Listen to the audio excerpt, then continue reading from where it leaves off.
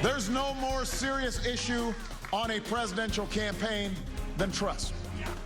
And you can follow the dots and follow where the money is being spent by both campaigns and see where all eyes will likely be focused election night. Right now, Ohio is the ad capital, dollar capital of the world, if you will. $177 million being spent by the campaigns in that state alone, followed by Florida at $174 million and Virginia, $136 million.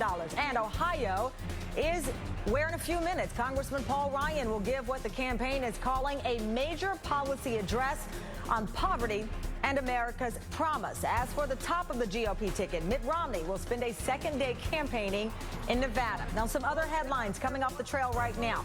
The Obama campaign is now allowing a previously off-the-record interview with the Des Moines Register to be published following complaints by the editor. Plus, in just the past few hours, the Romney campaign said it will stand by this guy, Indiana Republican Senate candidate Richard Mourdock, despite Mourdock's statement that a pregnancy caused by rape is, quote, a gift from God. Let's bring in today's News Nation panel. Democratic strategist Keith Boykin, Nia Malika Henderson, political reporter for The Washington Post, and nationally syndicated radio talk show host Michael Smerconish, who's also an MSNBC contributor. Michael, we're going to talk about this issue a little bit more in depth, but this Mourdock storyline here is the big problem of the day for Governor Romney. He is saying that an ad that is up right now in Indiana where he's endorsing Mourdock will not come down, despite the fact the governor and his campaign says he strongly disagrees with the comments made last night in that debate.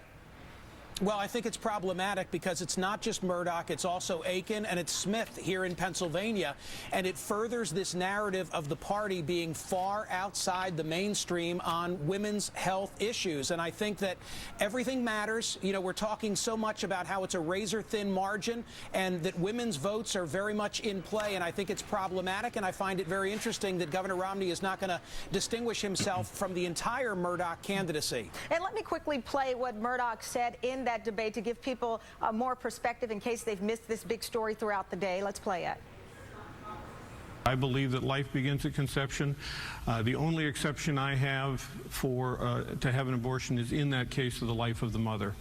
I struggled with it myself for a long time, but I came to realize life is that gift from God, and I think even when life begins in that horrible situation of rape, that it is something that God intended to happen. Keith, let me bring you in, and again, we're going to talk with Nia Malika Henderson and Aaron Carmona a little bit later regarding the female vote and these comments. But here again, two Senate candidates in the same election cycle having these comments, and you have people who will likely ask, what is going on, and how does Mitt Romney disassociate with the part of his party that subscribes to these notions? In this case, they're not going all Aiken on Mourdock for whatever reason, meaning Aiken, they threw him under the bus, goodbye, no money, no nothing, even America Crossroads. In this case, the ad stays up. Well, this is a party that has been taken over by the right-wing extremists. They've got to do something to make themselves palatable to the middle ground, which is what Romney's doing in the debates. But at the same time, they have this truthfulness that comes out with people like Todd Aiken and people like Richard Mourdock. And the odd thing is that there are some Republicans who are in tight Senate races and people who are just reasonable Republicans who are standing up against this. People like Kelly Ayotte in New Hampshire, who says that she's canceling a fundraiser with Mourdock. Right. And you've got Christine Todd Whitman, who's telling Mitt Romney he needs to repudiate this guy. Christine Todd Whitman. So you've got these women in the Republican Party who are uncomfortable with this, and the Republican Party is in danger of expanding the gender gap that's already out there if they don't stand up and have Mitt Romney do something. Let me bring in conservative radio talk show host and Keith Boykin's best friend, Steve Deace. Steve, with all seriousness here is another GOP candidate, a big voice, or could be a big voice in your party, saying that while a horrible situation of rape, that it is something that God intended to happen. He's come back out and tried to clarify this remark, but even now Republican women disassociating themselves from this candidate, but Mitt Romney still backing him in an endorsement and not taking down the ad that is up just today, ironically, in Indiana. What do you think of that? Well, it's a long cherished position within the Republican Party, Tamara, and it's one of the first planks in the platform in every state in the country that all life from conception to natural death is sacred and is a gift from God. And what I heard Richard Mourdock, who I've interviewed before and is a very smart fellow and is in a race he will win, in a state Romney will win, all I heard him do, maybe I would have worded it differently, but essentially all I heard him do was echo with the first principle in almost every Republican Party platform in the United States of America. Okay, so in the case where he says a horrible situation of rape, that it is something that God intended to happen, as you well know, some have interpreted that as, in addition to the life, as you put it, that comes out of this rape, that if the life then is a situation that God intended, then the rape is what God intended as well. Well, I always love this idea of what exactly God intended when it comes from people. Well, that's the very reason people don't like to see religion in politics, because it does become subject to interpretation of what you or maybe Richard Mourdock believes is God intended or not God intended. That's why there's a separation of church and state. Why is it when the president says, when he quotes from Cain in the Bible, the first murderer, I am my brother's keeper, to justify the welfare state, how come that's religion that it's okay to bring into politics, and when it comes to morality, it's not? I'm not saying that either. I'm asking you that there are people who interpret that comment made by this Senate candidate as what I just explained, that if your notion is that God oversees all, then why try to backtrack on the rape part? I am not defending anyone's religious beliefs here. That is a personal conversation you'd have to pose to the president if you were so fortunate to have him come on your show. I'm asking you about Richard Mourdock, well, someone you said is a party platform. I'd be happy to answer that question.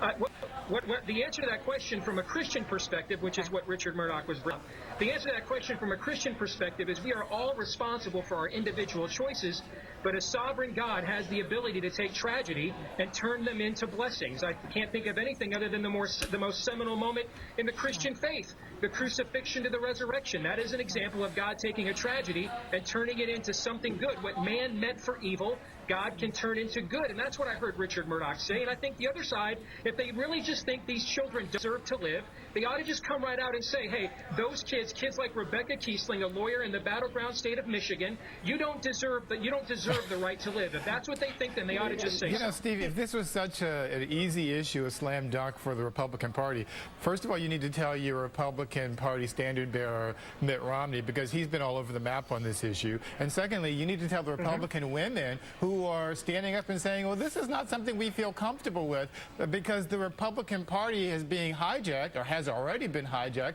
by the social extremists. Now, I understand, I respect you, Steve, because you're at least willing to be consistent in your position and viewpoint, but your candidate, Mitt Romney, has not been. Okay, and let me transition real quick to... By the way, Keith is right about that. He is. Malika Henderson, let me get you in on this. This Des Moines Register interview with the president, we started out the day with the campaign not wanting the interview to be released. It was 30 minutes long, off the record. After some objections by the paper, they've been able to release it. Part of the quote, which is so interesting, the president's team didn't want this out. Let me read part of what he had to say. It says, and since this is off the record, I will just be very blunt. Should I win a second term, a big reason I will win a second term is because the Republican nominee and the Republican Party have so alienated the fast-growing demographic group in the country, the Latino community. Why wouldn't the administration or the Obama campaign want that part? A blunt comment that obviously is true when we look at the demographics that will matter come election night. And it's actually very similar to something he said before, about a year ago at a Univision forum, where he talked about how he would run against Republicans. And he essentially said all he would have to do was run some of the debate clips from the Republican presidential primary, where some of the Republicans were saying things about illegal immigrants and things like that, and saying sort of not necessarily disparaging things about immigrants, but certainly framing immigrants in a way that might not be to people's likings. So interesting. I think that they tried to have this off the record. I think it speaks to both campaigns being overly cautious in these last 13 days. They don't want to draw attention to anything that will turn into a Twitter meme, that will turn into a cable news moment, a YouTube moment. And so that, I think, is really what is behind this. But I think ultimately it's a pretty harmless comment that he made. And the president went on to say that this is not a relatively new phenomenon. George Bush and Karl Rove were smart enough to understand the changing nature of America. But let me play, Michael. Babe Buchanan was on with Luke Russert on the Daily Rundown this morning, and he posed the question about the Latino voters in this country and Governor Romney and the Republican Party. Let me play it. Why do Latinos distrust Governor Romney so much? Well, you know, it goes back that the Latino population is, generally speaking, part of the Democratic base. And so what we're trying to do, obviously, is reach out to all Americans. George W. Bush won 40% of the Latino vote in 2004. So they're not completely loyal to one side. It shows that there's room for growth. How come Governor Romney can't do that? You know, we're doing everything we can, but I think our message is clearly resonating with Americans. So, Michael, what's your take on that? I mean, Babe Buchanan, she obviously is with the Romney campaign, tried to paint the picture that Latinos vote lockstep with the Democratic Party, but we know, as Luke so wonderfully pointed out, that was not the case just in the recent future with Bush. Well, two things come to mind. The DREAM Act would be at the top of that list, and so too the whole Arizona issue, which I think has furthered a narrative of the Democratic Party being a more hospitable place for Hispanics. And, you know, the issue long-term for the GOP, when you look at the demographics in the future as far as 2050, if the Republicans can't right themselves with the Hispanic community, it bodes terribly for their ability to win any national elections going forward. And, Steve, let me bring you back. In Ohio, we know the importance of that state. We're going to take a look at some of the numbers, the electoral map as it's shaping up. But Congressman Paul Ryan set to give a speech in this hour on restoring America's promise and the moral obligation to tackle debt. And in the excerpts that have been released, he says, you should have the opportunity in America to rise, to escape from poverty, and to achieve whatever your God-given talent and hard work enable you to achieve. He goes on to say, but everyone who knows him will tell you that Mitt has always given his time and attention to those around him who are hurting. You're a conservative, you're a Republican, you're not a fan of Mitt Romney. Are you convinced of some of those things that Congressman Paul Ryan is espousing? Do you believe for your children, for your spouse, that Governor Romney is looking at the promise for the future for them in an equal way? Well, I think there are aspects of what Governor Romney thinks we need in the future that I agree with more than Obama. I would just challenge Congressman Ryan, however, to then go back to his own candidate and be consistent with that standard, beginning with something as simple as the sanctity of life. Right now we have something that's I did the research on this. I couldn't find another example, Tamron, of a Republican nominee for president literally running pro-abortion television ads on TV. I've never heard of it, never seen it. I don't think it's ever happened. And he's running those ads right now in Virginia. Well, who's more hurting and who's more the least of these than the defenseless themselves, the unborn? And I think if Governor Romney were more consistent on these things, this race would be tilting much more heavily in his favor than it even is right now. I think the one last remaining qualm the American people have, and that's why the president focused so much on this in the last debate Monday night, is the fact that over the course of his career, he has been a man of many different positions on many different issues. And I think that's the one last caveat remaining for him to close the sale, is for the American people to trust. Keith, you heard for Steve, and he believes for some conservatives, this all goes back to in these 13 days to social issues, which is not really the speech that Congressman Ryan is given or Governor Romney is giving, but still Steve Deace and other conservatives will still vote for that party. That's not pardon me, that's not quite true. What I'm saying is it's an overall worldview that includes social issues. What is the relationship between the government and the governed? And it doesn't just break down into fiscal issues. It's an overall worldview. That's what conservatives like me are saying. And perhaps why I did not clearly or understand your comment is because my specific question was about this moral obligation to tackle the debt, and I'd moved on past the social, which you pivoted back to. So specifically, the question was about their plan to tackle the debt. Do you or any Republican feel comfortable at this time outlining what the plan is to tackle the debt, especially if it's a moral obligation for not only your future, but the kids that I love in my home as well?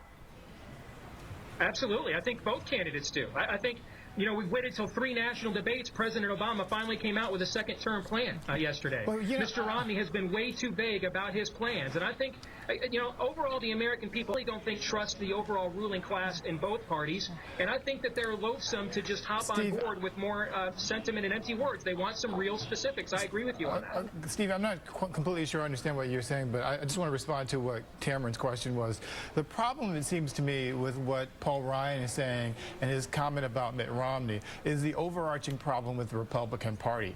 I don't doubt for a second that Paul Ryan is a good person. I don't doubt for a second that Mitt Romney is a good person. I don't doubt that they actually do want to take care of the people that they know and they meet, and they're not evil people. But the problem is not their personalities. It's not the way they behave with the people they meet. It's their policies. Their policies are fundamentally destructive to the middle class. They're fundamentally destructive to the poor and to the needy, to the people who don't have health insurance, to the people who are women who want to have control over their own bodies. I'm concerned about a party and a presidential candidate and vice presidential candidate who articulate policies and want to implement those policies that will hurt those people. Let me quickly bring in Michael here, because you are talking about the folks that Keith Boykin is referring to, Steve Deace, but I love, again, that you are on the phone listening and speaking to people all day. What do they see as the end game, quickly, Michael, here, as we say this is the beginning of the end?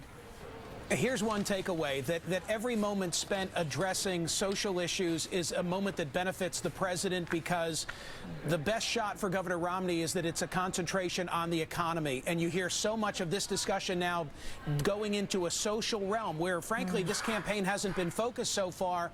I think that benefits the president, and I'm hearing a lot of that from listeners. Michael, thank you very much. Steve, it's always a pleasure. Keith as well. Nia Malika is going to stick around with us. Thank you so much. And